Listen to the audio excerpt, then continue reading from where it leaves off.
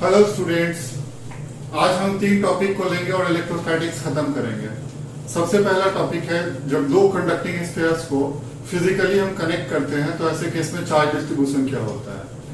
Second topic होगा वो हमारा होगा कॉन्सेप्ट ऑफ अर्थिंग, यानी कि जब कोई कंडक्टर है उसको अर्थ के साथ कनेक्ट करते हैं तो ऐसे केस में क्या होता है, यानी कि चार्ज डिस्ट्रीब्यूशन पे अगेन क्या फर्क पड़ता है।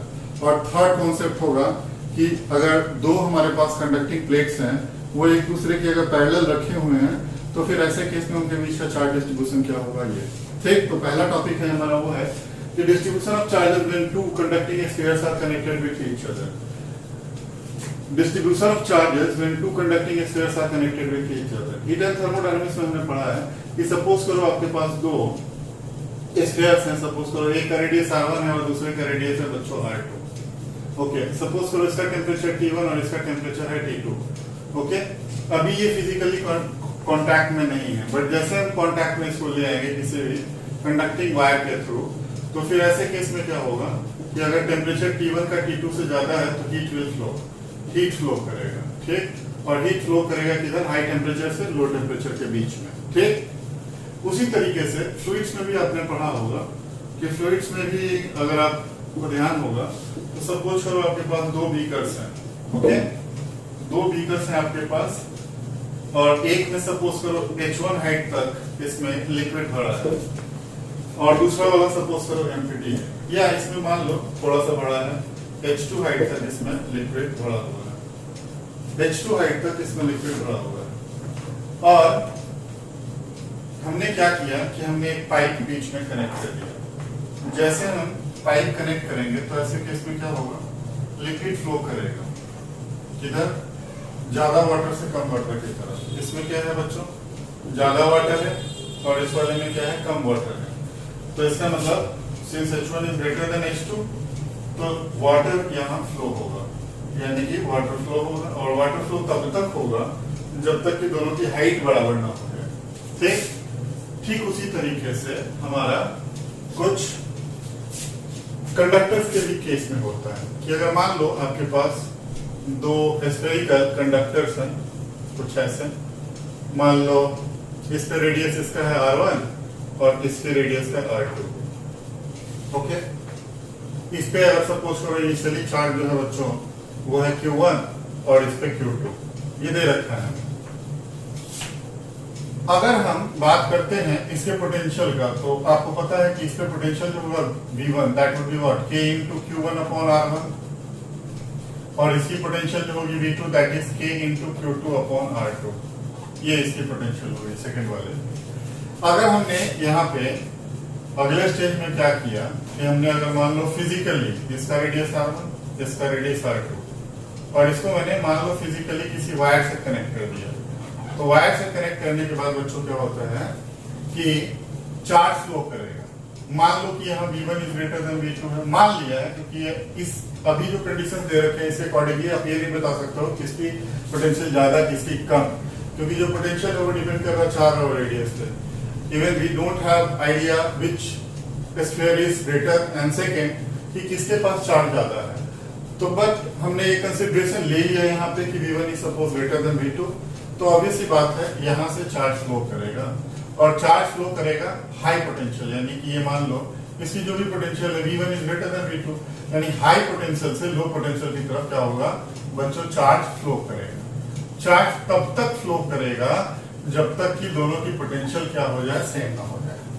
तो इसका मतलब है कि जब भी आप एक फिजिकल वायर कनेक्ट करते हैं किस पे, दो कंडक्टिंग स्फीयर्स के बीच में, तो चार्ज फ्लो करता है ना। तो charge will flow from high potential to low potential, high potential to low potential until common potential is not reached. Common potential is not reached. ठीक, तो एक काम करते हैं कि यहाँ पे जो आपकी ये स्फीयर्स थी, मान लो इसका रेडियस क्या था r1 और इस वाले का रेडियस क्या है r2। जैसे इसको फिजिकली कनेक्ट किया तो पोटेंशियल जैसा मैंने बताया सेम हो जाएगा और चार्ज भी डिस्ट्रीब्यूट होगा। सपोज करो इसमें q1 डैश है और इस पे क्या आएगा q2 डैश आएगा। तो चूंकि अभी मैंने बताया आपको कि पोटेंशियल दोनों का इक्वल हो गया तो इसकी पोटेंशियल कितनी हो गई k q dash upon r1 और इसकी क्या हो गई k q2 dash upon r2। k cancel out हो जाएगा तो इसका मतलब q1 by q2 equals to हो गया r1 बाई r2। इसका मतलब जो चार्जेस होंगे हमारे वो चार्जेस रीडिस्ट्रीब्यूट हो जाएंगे और रीडिस्ट्रीब्यूट होंगे और रेडियस के रेशियो में क्या होगा वो डिवाइड होगा। ठीक है, तो ये कॉन्सेप्ट का यूज करते हुए हम कुछ प्रॉब्लम्स को देखते हैं। ठीक है, तो इतना लिख लो मैंने कि सपोज करो हमारे पास दो स्फीयर्स हैं, इस पे चार्ज नहीं है और इस पे चार्ज क्यों है और दोनों सपोज करो सिमिलर है, मतलब स्फीयर जो है वो सिमिलर है। सिमिलर का मतलब दोनों का रेडियस क्या होगा सेम होगा। इसका मतलब ये पहला नंबर तो कंडीशन मैंने दे दिया कि ये सिमिलर स्फीयर्स है। चेक, इस पे चार्ज क्यों, इस पे चार्ज 0 है। जब इसको कनेक्ट करते हैं तो डिस्ट्रीब्यूशन ऑफ चार्जेस बताना है। इसका मतलब find the distribution of the charges, find the distribution of the charges when a wire is connected between them, connected between them, है ना। चलो इसको मिलजुल के साथ में सॉल्व करते हैं। सबसे पहला नंबर बात, जब इसको हमने कनेक्ट नहीं किया था तो और जब कनेक्ट कर दिया तो दोनों प्लेस में, तो यहाँ तो दोनों सिमिलर है, ये ध्यान रखना दोनों सिमिलर है। इस पे चार्ज क्यों था और इस पे ये वायर जैसे मान लो बच्चों कनेक्ट किया तो क्या होगा, इस पे चार्ज फ्लो करेगा। क्यों? क्योंकि इसकी पोटेंशियल बच्चों कितनी है अगर ध्यान से देखोगे तो इसकी जो पोटेंशियल हुई, इसकी पोटेंशियल हुई बच्चों, इसकी पोटेंशियल हुई K Q by R, K into capital Q by R और इसकी पोटेंशियल कितनी है बच्चों 0 है। तो इसका मतलब क्या आ रहा है कि अगर इसको मैं V1 बोलूं और इसको V2 बोलूं तो ये क्लियर है कि इनिशियली क्या है, इनिशियली क्या है बच्चों कि V1 is greater than V2, V1 is greater than V2। तो चार्ज यहां से यहां फ्लो करेगा। सपोज करो इस पे Q फ्लो किया तो इसमें क्या बचेगा Q माइनस Q और इस पे क्या आ गया Q। ठीक, और ये चार्ज तब तक फ्लो करेगा जब तक कि दोनों पे पोटेंशियल क्या ना हो जाए, सेम ना हो जाए। सिंपल। देखो इस पे पहले चार्ज क्या था Q था तो इसकी पोटेंशियल हो गई Q भैया, इस पे चार्ज नहीं है तो पोटेंशियल 0 हुआ। अब क्लियर है कि V1 की कुछ वैल्यू है, V2 तो 0 है। इसका मतलब charge will flow from high potential to low potential unless potential of the two spheres becomes what equal. तो ऐसे केस में सपोज करो यहाँ से Q निकल गया तो इसमें क्या बचा Q माइनस Q और इस पे क्या आ गया Q आ गया। तो अब आपको क्या करना है बच्चों कि सर अब हमें चार्जेस को पोटेंशियल पे इक्वेट कर देना है। तो चूंकि V इक्वल्स टू V है और V कितना हो गया K into Q minus Q upon radius क्या R equals to K into Q upon what R। K cut गया यहाँ से, R कट गया तो इसका मतलब Q minus Q equals to कितना हो गया Q हो गया। तो इसका मतलब है कि 2Q इक्वल्स टू हो गया Q, therefore Q equals to कितना बच्चों Q बाई 2 आ गया। This is answer. अब ध्यान से देखो, इसका मतलब है कि सर फाइनली आप ये बोल रहे हो कि फाइनली ये हुआ बच्चों कि अगर ये R रेडियस का था और ये भी क्या R रेडियस का था, दोनों सिमिलर थे और दोनों को हमने वायर से कनेक्ट कर दिया। जब हम वायर से कनेक्ट करेंगे तो इस पे चार्ज था कैपिटल Q जो कि अब हो गया कितना, क्योंकि Q फ्लो कर गया तो इस पे क्या आया Q बाई 2 और इस पे कितना आया Q बाई 2। ठीक, अब अगर मैं इसको जनरलाइज कर दूं तो अभी हमें कोई दिक्कत नहीं है। जनरलाइज का मतलब है कि अगर जनरलाइज एक्सप्रेशन लिखूं मैं, जनरलाइज एक्सप्रेशन, तो जनरलाइज वे में मतलब सपोज करो एक आपके पास दो सिमिलर थे, ये मान लो R है और ये भी क्या है R है। है ना। इस पे चार्ज इनिशियली Q1 था और इस पे क्या था, Q2 था। शुरू में हमने कनेक्ट नहीं किया, बट दोनों को जैसे हम फिजिकली कनेक्ट कर देंगे तो फिर बच्चों ऐसे केस में फिजिकली जैसे कनेक्ट किया तो इस पे दोनों का सम Q1 प्लस Q2/2 और इस पे भी कितना आएगा, Q1 प्लस Q2/2 बस। बट ये ध्यान रखना एप्लीकेबल है कब, जब सिमिलर हो, और अगर सिमिलर नहीं हो तो फिर ऐसे केस में कहानी कुछ और होगी। जैसे मान लो कि मैं आपको एक क्वेश्चन दे रहा हूँ, ये प्रॉब्लम है आपके पास कि सपोज करो एक आर रेडियस का है और दूसरा बड़ा बनाना पड़ेगा क्योंकि ये रेडियस कुछ और ले लेते हैं। मान लो ये 2r रेडियस का है, ओके, आर रेडियस का, और ये बच्चों है 2r रेडियस का, ठीक। इस पे चार्ज बच्चों दे दिया है Q और इस पे भी सपोज करो है चार्ज कितना Q, दोनों पे चार्ज बराबर है। आप बताओ मुझे पोटेंशियल V1 इस पे क्या होगा, KQ/R, और इसकी पोटेंशियल V2 इक्वल्स टू क्या होगी, KQ/2R। अब आप बताओ किसकी पोटेंशियल ज्यादा है, sir V1 is greater than V2। क्यों, क्योंकि यहाँ R है और यहाँ 2R है, तो इसका मतलब पोटेंशियल इसका ज्यादा है इससे कंपैरेटिवली। तो अगर मैं इसको वायर से कनेक्ट कर दूं, R रेडियस वाले को मैं अगर 2R से फिजिकली कनेक्ट कर दूंगा तो ऑब्वियस ही बात है कि क्या होगा, चार्ज फ्लो कर जाएगा। सपोज करो कि इसमें Q amount of charge flow कर रहा है, अगर Q फ्लो करेगा तो इससे क्या Q माइनस Q, और इसमें क्या हो जाएगा Q प्लस Q हो जाएगा। क्लियर। तो फिर ऐसे केस में आपको डिस्ट्रीब्यूशन ऑफ चार्जेस ही निकालना है। डिस्ट्रीब्यूशन ऑफ चार्जेस के लिए क्या करोगे, ये इसकी पोटेंशियल V, इसकी भी पोटेंशियल V, तो क्या करेंगे हम, चूंकि V इक्वल्स टू कितना हो गया, V हो गया, इसकी पोटेंशियल बच्चों कितनी, K into Q minus Q/R equals to K into Q plus Q upon 2R। K गया R और ये R गया, तो क्या बचा, Q minus Q equals to Q plus Q/2। ये उधर ले जाओ, 2Q minus 2Q equals to Q plus Q। इधर आया ये तो 3Q इक्वल्स टू, ये उधर गया और ये इधर आया, ये इधर आएगा तो ये Q बचेगा। Therefore small q equals to कितना हुआ, Q/3। अब ध्यान दो, इसका मतलब स्मॉल q फ्लो कर गया तो इस वाले पे चार्ज कितना होगा, इस वाले पे चार्ज, R रेडियस वाले पे चार्ज जो होगा वो आया कितना, Q माइनस Q। इसका मतलब Q माइनस Q/3, तो कितना आया ये 2Q/3।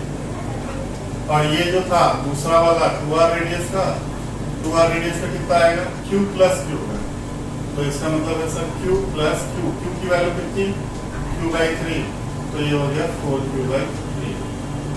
तो इस तरीके से हम कुछ अर्थिंग क्या होता है बच्चों। सपोज करो आपके पास ये अर्थ है, क्या ये अर्थ है, और ध्यान से देखो अर्थ जो होता है इसका पोटेंशियल क्या होगा। सपोज करो इसका Q अमाउंट ऑफ चार्ज है तो पोटेंशियल हुआ V इक्वल्स टू KQ/R। अब चूंकि इन केस ऑफ अर्थ के केस में जो रेडियस होता है, क्योंकि हम जो भी हाउस होल्ड सॉकेट्स हैं या कुछ भी होता है तो ये जो कंडक्टर्स यूज करते हैं बहुत छोटा होता है, ठीक। और अर्थ का अगर देखोगे, अगर कंपैरेटिवली देखें उन कंडक्टर्स का अर्थ के कंपैरेटिवली, तो in case of earth R जो होता है वो टेंडिंग टू इंफिनिटी, यानी बहुत ज्यादा है रेडियस। इसका मतलब V इक्वल्स टू क्या हुआ बच्चों, KQ/∞, व्हिच इज व्हाट, 0। इसका मतलब पोटेंशियल कितना हो गया बच्चों, 0। तो एंड रिजल्ट ये आया कि कोई भी अगर आपके पास कंडक्टर है, सपोज करो एक आपने कंडक्टर लिया ऐसे R रेडियस का कंडक्टर लिया, बट इसकी अर्थिंग करने की मतलब अर्थिंग का साइन ऐसे होता है, ये बड़ा होता है उसके बाद छोटा होता है। अर्थिंग करने का मतलब है कि आपने इसको अर्थ के साथ कनेक्ट कर दिया। अर्थ के साथ जैसे कनेक्ट किया, मान लो इस पे आपने चार्ज भी दिया हुआ था Q प्लस Q का, तो ये चार्ज यूनिफॉर्मली डिस्ट्रीब्यूटेड है क्योंकि ये यूनिफॉर्म सरफेस है, तो डिस्ट्रीब्यूशन भी यूनिफॉर्म होगा। अच्छा बच्चों क्या है, अर्थ के साथ जैसे हमने किसी भी कंडक्टर को कनेक्ट कर दिया तो आपको बताया था मैंने कि पोटेंशियल कितना हो जाएगा, 0 हो जाएगा। तो पोटेंशियल 0 होने का मतलब, अर्थ के कांटेक्ट में आने का मतलब, यहाँ ये जो पॉइंट है इसकी पोटेंशियल हो गई 0। समझ में आई मेरी बात, यानी कि कंडक्टर का जो ये आउटर पार्ट है इसकी पोटेंशियल हो गई 0। पोटेंशियल 0 होने का मतलब चार्ज 0 नहीं होता है, ये बात बिल्कुल ध्यान रखना। यहाँ पे पोटेंशियल जीरो हुआ, क्लियरली बोल रहा हूँ मैं, यहाँ पे पोटेंशियल जीरो हुआ, चार्ज जीरो नहीं हुआ। एक काम करते हैं, कुछ प्रॉब्लम सकते हैं, एक दो प्रॉब्लम देखोगे तो आप सीख जाओगे कि मैं एग्जैक्टली बताना क्या चाह रहा हूँ। सपोज करो कि आपके पास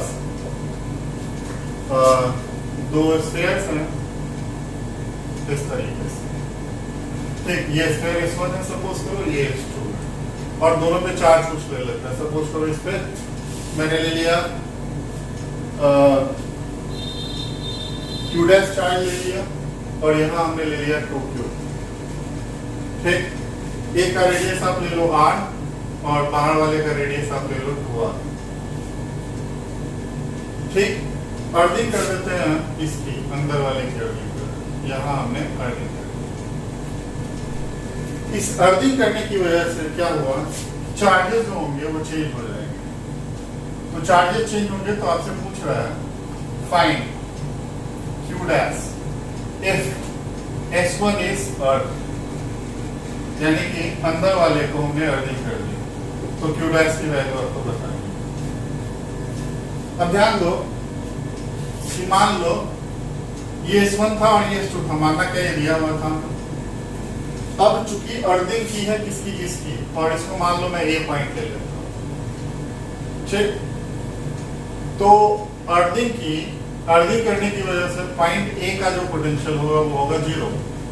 तो इसका मतलब अगर A का पोटेंशियल लिखे तो कि दो चार्ज है, एक S1 पे चार्ज है Q डैश, और S2 पे कितना है 2Q है, तो इसका मतलब K into Q dash upon what R plus K into 2Q upon 2R।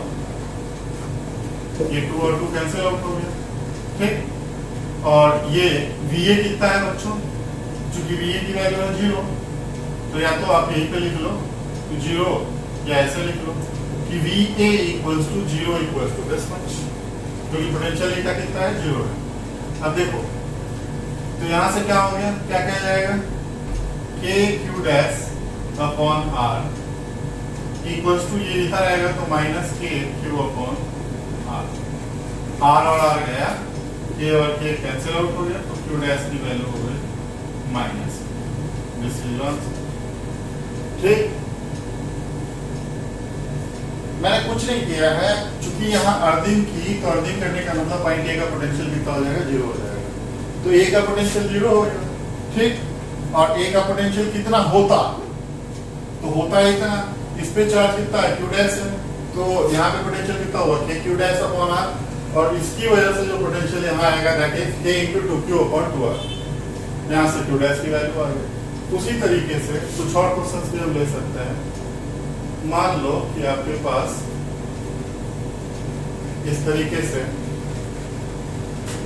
Charge है, मान लो यहाँ Q डैश है सपोज करो, और यहाँ अगेन 2Q, इसकी रेडियस है R और इसकी रेडियस है 2R, ठीक, ओके। और अर्थिंग अब आपने की यहाँ, यानी कि S2 की अर्थिंग की, तो आपसे पूछ रहा है कि Q डैश की वैल्यू क्या होगी if S2 is अर्थ, यानी कि S2 की earthing.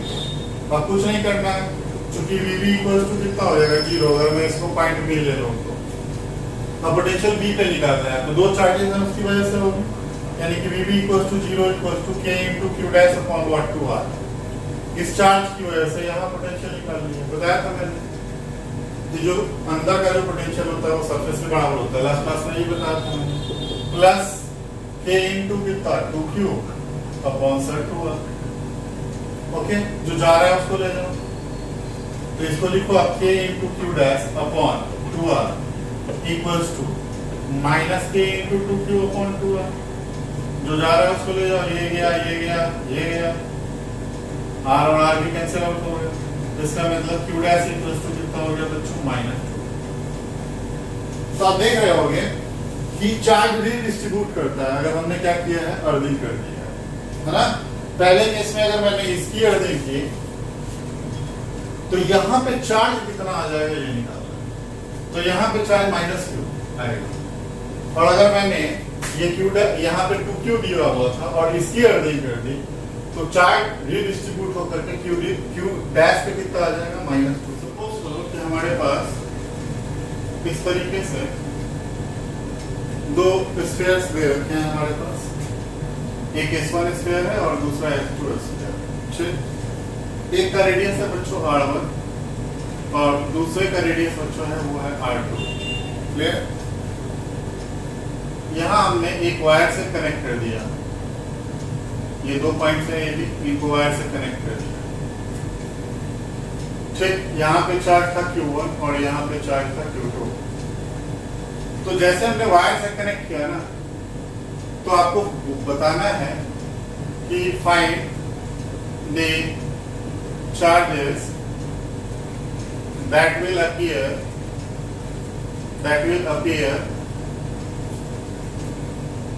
on the surfaces of S1 and S2। यानी कि S1 और S2 जो है हमारे पास जो स्फीयर्स हैं उनके ऊपर जो चार्ज आएगा वो आपको बताना है। कब? Surface of when S1 and S2 या when it is connected, where it is connected, जब इसको कनेक्ट करेंगे तब आपको बताना है। ठीक, ये देखो एक S1 है स्फीयर, दूसरा S2 है, इसका रेडियस R1, इसका रेडियस R2, इस पे चार्ज Q1, इस पे चार्ज Q2। एक बीच में क्या किया हमने, वायर लगा दिया। वायर लगाएंगे तो आपको पता है क्या होगा, चार्ज रीडिस्ट्रीब्यूट होगा। तो वही रीडिस्ट्रीब्यूशन चार्जेस का बताना है कि S1 और S2 पे क्या होगा। एक काम करते हैं बच्चों, एक तो आप बिल्कुल सिंपल तरीके से समझ लो कि जैसे हम इसको कनेक्ट करेंगे और फिजिकली हमने वायर से कनेक्ट किया तो ये Q1 जो है ये सरफेस पे चला जाएगा। मतलब सिंपल बात है, दो तरीके से आप सोच सकते हो। इस पे चार्ज जो Q1 है वो 0 हो जाएगा, ये फिजिकल स्ट्रक्चर से लेना देना नहीं है, ये R1 है R2 है। जैसे आपने कनेक्ट किया ना, तो कनेक्ट करने की वजह से सीधा इस पे Q2 तो था ही और ये Q1 आ जाएगा, स्मॉल था तो इस पे Q1 प्लस Q2 हो जाएगा। सिंपल, ये तो आपका फर्स्ट मेथड। अगर आपको यकीन नहीं हो रहा है कि ये इस तरह से डायरेक्ट कैसे हो गया, कि डायरेक्ट सिंपल होगा ना, देखो चार्जेस अंदर रह ही नहीं सकता है, चार्जेस कहाँ आ जाएगा। जैसे आपने वायर से कनेक्ट किया तो ये क्या होगा, बाहर की तरफ आ जाएगा और यहाँ पे बाहर वाले सरफेस पे कितना आ जाएगा, Q1 प्लस Q2 और यहाँ चार्ज हो जाएगा 0। या इसको अल्टरनेटिवली सेकंड मेथड से देखो, मतलब मैथ्स पूरा लगा के देख लो। तो एक काम करो, ए पे पोटेंशियल आप निकालो। ठीक, ए पे पोटेंशियल, तो एक काम करो कि जो हमारा अरेंजमेंट था इसके अकॉर्डिंगली ये R1 रेडियस और ये क्या है R2 रेडियस। ओके, ये S1 बोला है और ये S2 है। ओके, यहाँ वायर से कनेक्ट किया, तो वायर से कनेक्ट किया तो मान लो चार्ज चेंज हो जाता है। ये मान लिया हमने Q1 डैश हो गया, ये Q2 डैश हो गया। इसका ये A पॉइंट था और ये B पॉइंट था, तो पोटेंशियल A पे बच्चों कितना होगा, A पे पोटेंशियल जो हुआ, दो चार्जेस हैं, पहला है KQ डैश अपॉन कितना R1 और इसकी वजह से कितना हो जाएगा KQ2 डैश अपॉन कितना R2 हो गया। B पे पोटेंशियल निकालना है, अगेन दो चार्ज, एक इसकी वजह से और एक इसकी वजह से, तो K into Q1 dash upon what R2 plus K into Q2 dash upon R2। अब मुझे क्या करना है कि तुम एक काम करो, दोनों को VA माइनस VB निकालना। तो VA माइनस VB निकालने के लिए क्या करोगे बच्चों, हम सिंपल क्या करेंगे सर, माइनस कर देंगे। माइनस करेंगे तो ये और ये टर्म कैंसिल आउट हो गया और बचा कितना K Q dash upon R1 minus K Q dash K Q2 upon R2। ये हो। अब ध्यान से देखो, तो जो VA माइनस VB है, VA minus VB that is जो कॉमन होगा वो ले लो K Q dash com K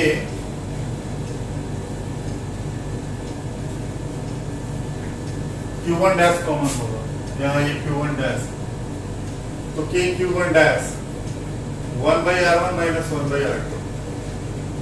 ठीक, अब देखो चूंकि इसको वायर से कनेक्ट किया है तो चूंकि A और B का पोटेंशियल क्या हो जाएगा, इक्वल हो जाएगा। देयरफॉर ये कैंसिल आउट होकर 0 इक्वल्स टू क्या बचा, K Q1 dash 1 minus R1 minus R2।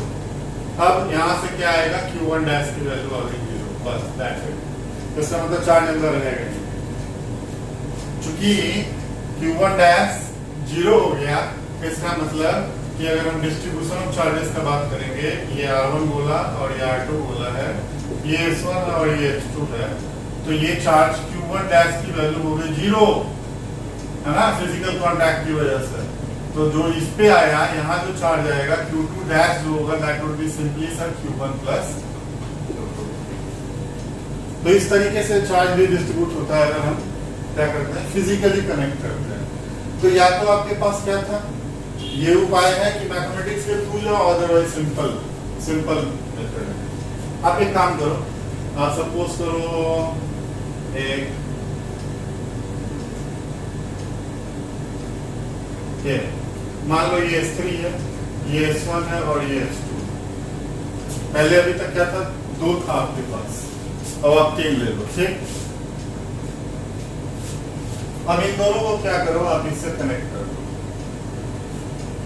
इस वाले पे ऑलरेडी चार्ज मान लो था कैपिटल Q, और इस वाले पे था Q1 और इस वाले पे था Q2। इसको इससे और इसको इससे कनेक्ट कर दो। जैसे कनेक्ट करोगे तो रीडिस्ट्रीब्यूशन ऑफ द चार्जेस पूछ रहा है ना, या ऐसे कह लो कि S3 पे चार्ज कितना आएगा, find the redistribution of the charges, redistribution of the charges जब when wire is connected, when wire is connected। जब वायर को कनेक्ट करते हैं तो फिर ऐसे केस में आपसे पूछ रहा है कि चार्जेस क्या होंगे। बच्चों जैसा अभी आपको मैंने बताया, फर्स्ट मेथड के थ्रू जो ये चार्जेस दोनों बाहर निकल जाएंगे, और बाहर निकल के क्या होगा कि ये जो है S1 पे चार्ज हो जाएगा 0, और S2 पे भी चार्ज हो जाएगा 0, यानी कि यहाँ पे अगर मैं Q1 डैश बोलूँ तो दैट वुड बी 0, यहाँ अगर मैं Q2 डैश बोलूँ तो वो भी कितना होगा 0, और जो बाहर में चार्ज होगा अगर मैं उसको Q डैश बोलूँ तो that would B Q plus Q1 plus Q2। So simple. तो आप मैथ से भी जा सकते हो, पूरा सॉल्व करके कर सकते हो, या आप सिंपल मेथड का यूज करके कर सकते हो, ठीक है। Conducting plates,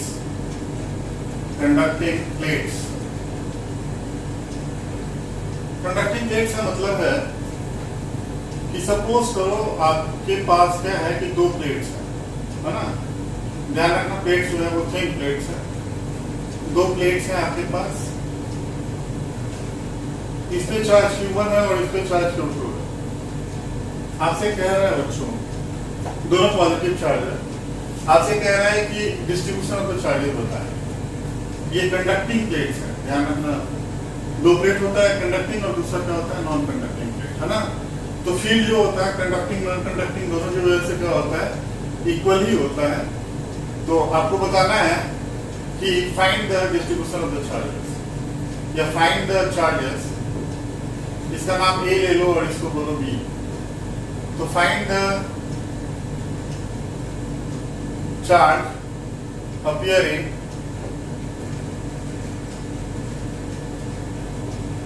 at the surfaces of A and B। A और B पे जो चार्ज अपीयर करेगा उसकी वैल्यू आपको बच्चों बतानी है, ठीक। ओके, अब देखो कि इसमें क्या है बच्चों, पॉजिटिव चार्ज, और इस पे भी क्या आएगा, पॉजिटिव चार्ज, ठीक है। मान लीजिए कि ये जो प्लेट्स हैं, थोड़ा जानबूझ के मैं ठीक बना रहा हूँ, ये प्लेट्स हैं, ये A है और क्या है, ये B है। इसमें मान लो Q1 अपीयर हुआ, यहाँ Q2 अपीयर हुआ, यहाँ पे Q3 अपीयर हुआ और यहाँ पे Q4 अपीयर हुआ। इन चारों चार्ज की वैल्यू आपको बतानी है, जो रिजल्ट आएगा तो उसको हम डायरेक्टली प्रॉब्लम से यूज करेंगे, है ना। ये क्वाइट कॉमन क्वेश्चन है, हर जगह दिया होता है। इसको करने का तरीका ये है कि बेटा एक काम करो, ये क्या है, इधर पॉजिटिव, इधर भी पॉजिटिव, यहाँ भी पॉजिटिव, यहाँ भी पॉजिटिव चार्ज है ना, यानी कि ये पॉजिटिव है, इधर भी पॉजिटिव है, यहाँ भी प्लस है चार्ज, और यहाँ भी क्या है बच्चों, प्लस। एक काम करो, इसके अंदर एक पॉइंट ले लो, चेक, मान लो इसको कुछ ले लेते हैं, C ले लेते हैं पॉइंट, C पॉइंट के लिए इसकी वजह से फील्ड किधर होगा, इधर, उसको बोलेंगे मान लो E1। इसकी वजह से देखो चार्ज इधर है, पॉइंट ये कंडक्टर के अंदर मैंने पॉइंट लिया, आप अच्छी तरीके से जानते हो electric field inside the conductor कितना होता है, 0 होता है, यानी इसी वुड बी 0, है ना। तो इसकी वजह से फील्ड इधर की तरफ हुआ, Q1 की वजह से। देखो ये Q1 की वजह से इधर, इस पॉजिटिव चार्ज की वजह से इधर, ये पॉजिटिव इधर, इसकी वजह से भी इधर, यानी कि 3 फील्ड इधर होगा। कौन कौन? E2, E3 और E4। ये 4 इलेक्ट्रिक फील्ड में से 3 इधर होगा, 1 उधर होगा। एक काम करते हैं, इसके अंदर भी एक पॉइंट ले लेते हैं, डी पॉइंट ले लिया। इसकी वजह से इलेक्ट्रिक फील्ड लगेगा केवल E4, इसकी वजह से। बाकी ये सब की वजह से फील्ड इधर की तरफ होगा, इधर होगा। और कितना इधर E1 लग रहा है, इधर E2 लग रहा है और इधर E3 लग रहा है। तो पहला नंबर तो आप अगर ध्यान से देखोगे तो इसमें चार्ज कितना है? Q1 और इसमें चार्ज कितना है? Q2 है। जो कि इसमें जो चार्ज Q1 है that is Q1 plus Q2। इसका मतलब Q1 equals to Q1 plus Q2। This is what equation number 1। और इस पे चार्ज जो है Q2 that is Q3 plus Q4। ये इक्वेशन नंबर 2 हुआ। उसके बाद चूंकि इलेक्ट्रिक फील्ड आप जानते हो EC would be 0 and ED भी 0 होगा। Electric field inside the conductor is 0, इसका हमने यूज किया। तो EC जो है बच्चों वो कितना होगा? EC यानी कि C पे जो इलेक्ट्रिक फील्ड हुआ वो कितना होगा? EC equals to 0 equals to ये वाला फील्ड E1 माइनस, अगर मैं इधर के डायरेक्शन को प्लस लेता हूँ, ठीक, तो इधर वाले जो भी होंगे वो क्या होंगे? माइनस होंगे। तो E1 minus E2 plus E3 plus E4, ठीक।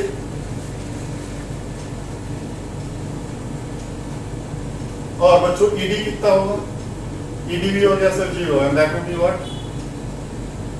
That would B E1 plus E2 plus E3 minus E4। Okay. और इलेक्ट्रिक फील्ड ड्यू टू, आप समझ ही रहे हो कंडक्टिंग प्लेट क्या होता है। चूंकि इलेक्ट्रिक फील्ड जो होता है that is sigma upon 2 epsilon not, इसको लिख सकते हो आप Q।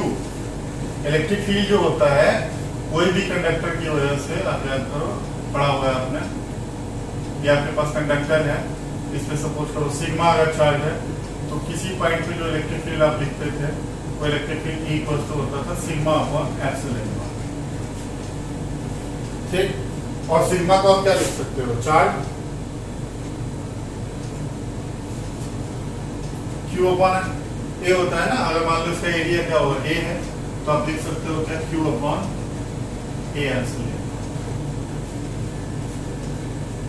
ठीक, तो इसी का यूज करेंगे और यूज करके मान लीजिए 1 2 3 4 है, तो 3 और 4 से आपको मिलेगा result from equation 3 and 4। 3 and 4 से बच्चों क्या मिलेगा? हमें मिलेगा ये, इसको जब सॉल्व करोगे आप तो क्या आएगा? E1 इक्वल्स टू आएगा बच्चों E2 plus E3 plus E4। और इलेक्ट्रिक फील्ड क्या होता है? इलेक्ट्रिक फील्ड चार्ज के टर्म में अगर हम बात करेंगे, गलती हुआ ये 2 हो जाएगा। अगर चार्ज के टर्म में बात करोगे ना तो ये Q अपॉन 2 एप्सिलॉन नॉट होता है। इसको जब सॉल्व करोगे तो E1 की वैल्यू कितनी है? Q1 अपॉन 2 एप्सिलॉन नॉट, और ये क्या हुआ? Q2 upon 2 epsilon not plus ये Q3 upon 2 epsilon not plus Q4 upon 2 epsilon not.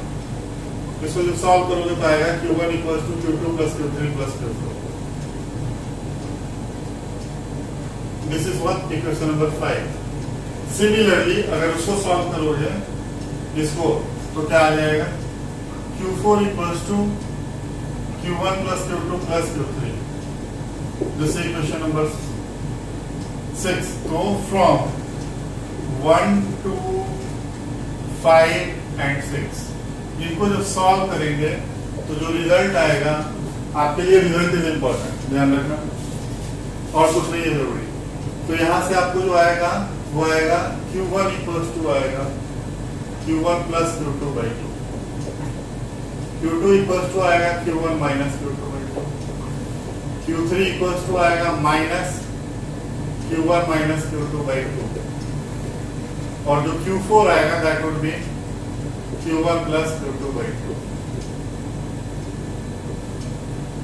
अब ध्यान दो, ये जो रिजल्ट्स हैं वही आपके लिए इम्पोर्टेंट है, ये डेरिवेशन इम्पोर्टेंट आपके लिए नहीं है ना। तो सर ये है क्या, आप पूरा रिजल्ट फाइनली लिख दो। ये देखो, अगर आपके पास एक प्लेट है और ये दूसरा प्लेट है, इस पे चार्ज है बच्चों Q1 और इस पे चार्ज है Q2, तो इसके लेफ्ट साइड में आएगा Q1 प्लस Q2 बाई 2 और यहाँ लिखो Q1 प्लस Q2 बाई 2। ध्यान दो, Q1 कितना, Q1 प्लस Q2 यानी दोनों चार्ज का सम अपॉन 2, और यहाँ पे Q4 भी कितना, Q1 प्लस Q2 बाई 2 आ रहा है, और ये Q2 कितना आ रहा है सर, Q2 आ रहा है Q1 माइनस Q2 बाई 2 और ये आ रहा है minus Q1 minus Q2 by 2। ये रिजल्ट है, और इससे रिलेटेड बस अब 2-3 क्वेश्चन देख लेते हैं। ठीक, मान लो आपके पास दो प्लेट है, इस पे चार्ज है Q और इस पे है 0, इसका नाम है A और इसका नाम है B। तो आपसे कह रहा है find the distribution of the charges, find the distribution of the charges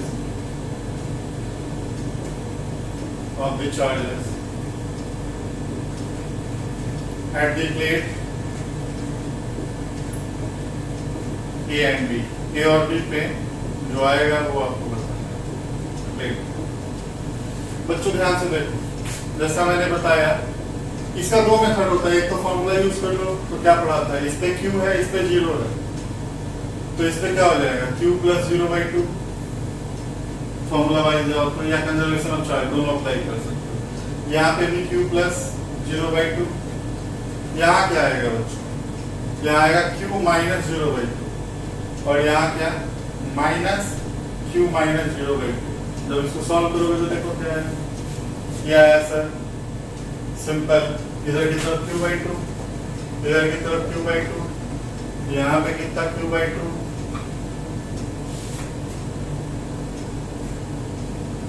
और यहाँ कितना माइनस Q बाई 2। इसको अल्टरनेटिवली देखो तो आपको ज्यादा फील आएगा, आसान है वो मेथड। ये देखो यहाँ पे Q था, यहाँ क्या था 0।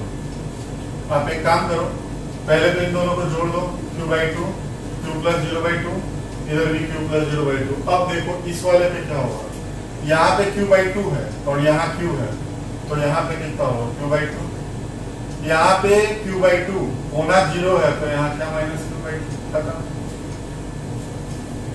अरे सबसे पहले तो ये दोनों को ऐड कर दो, तो Q बाई 2 Q बाई 2, अब फिर उसके अनुसार अरेंज करो इनर प्लेट्स में। यहाँ Q बाई 2 होगा तभी तो ये Q होगा, क्योंकि Q by 2 plus Q by 2 Q होगा। यहाँ पे देखो क्या है 0 आना है, यहाँ Q बाई 2 है तो यहाँ माइनस Q बाई 2 होगा तभी तो ये होगा। ओके, उसके बाद मान लो ये कुछ और क्वेश्चन लेते हैं। मान लो ये 3Q है और ये Q है, तो आपसे पूछ रहा है डिस्ट्रीब्यूशन ऑफ द चार्जेस, है ना। बार बार क्वेश्चन फॉर्म लिखेगा, समझ ही रहे हो मैं क्या बोलना चाह रहा हूँ। अब ये बताओ, इन दोनों को जोड़ोगे तो कितना हो 4Q बाई 2, तो यानी कि 2Q, यहाँ कितना 2Q, यहाँ था कितना 3Q, यहाँ कितना था Q। अब बताओ कंजर्वेशन ऑफ चार्ज से जाओ, this is what conservation of charge, और ये क्या था कन्वेंशन मेथड था। कन्वेंशन मेथड का फॉर्मूला तो ठीक है, आप ऐसे कंजर्वेशन ऑफ चार्ज यूज करो, ज्यादा बेटर होता है। ये 2Q, यहाँ 3Q चाहिए तो यहाँ Q होगा, यहाँ 2Q है यहाँ Q है तो यहाँ माइनस Q खत्म। अरे 2Q माइनस 2Q खत्म। आप एक काम करो, 3-4 प्लेट भी हो तब भी कोई फर्क नहीं पड़ता। मान लो इस पे Q है, इस पे 2Q है, इस पे 3Q है। अब बताओ distribution of charges, so simple सा देखो क्या। सबसे पहले तो इन दोनों का जोड़ लो सबको, ये Q 2Q 3Q 6Q by 2, तो यानी 3Q, और यहाँ कितना 3Q, यहाँ होना है 2Q, ठीक, और यहाँ क्या था Q और यहाँ क्या था 3Q। अब बच्चों ध्यान से देखो, यहाँ कितना, यहाँ पे 3Q आना है 2Q, तो क्या यहाँ माइनस 2Q होगा, क्योंकि 3Q माइनस 2Q, Q बचा, तो प्लस यहाँ पे क्या आएगा 2Q। अब देखो यहाँ 2Q, यहाँ भी 2Q ही चाहिए, तो यहाँ 0 डालेंगे तभी तो ये 2Q हुआ। ओके, यहाँ 3Q, यहाँ पे 3Q चाहिए, ऑलरेडी 3Q है तो 0 खत्म।